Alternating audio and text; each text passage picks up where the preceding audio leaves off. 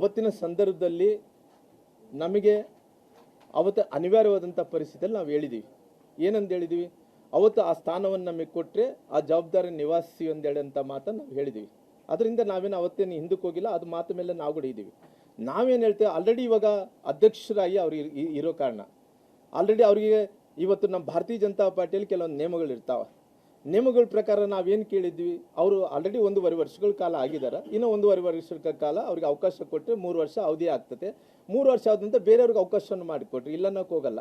ಅದಕ್ಕೋಸ್ಕರವಾಗಿ ಇನ್ನೂ 1.5 ವರ್ಷ ಆಗಿರೋ ಕಾರಣ ಇನ್ನೂ 1.5 ವರ್ಷ ಅವ್ರಿಗೆ ಅವಕಾಶವನ್ನು ಮಾಡಿಕೊಡ್ರಿ.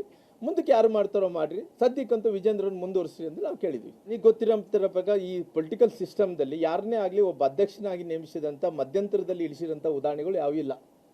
ಅಂದರೆ ಎಲ್ಲಿ ಇವತ್ತು ಎಲ್ಲ ರಾಜ್ಯಗಳಲ್ಲಿ ಎಲ್ಲ ಕಡೆಗಳು ನ್ಯಾಷನಲ್ ಪಾರ್ಟೀಸ್ ಅದರದ್ದೇ ಆದಂಥ ಒಂದು ನಿಯಮಗಳು ಮಾಡಿಕೊಂಡಿರ್ತಾರೆ. 3 ವರ್ಷಗಳಾದ ನಂತರ ಬೇರೆಯವ್ರಿಗೆ ಅವಕಾಶ ಮಾಡಿಕೊಡ್ತಾರೆ.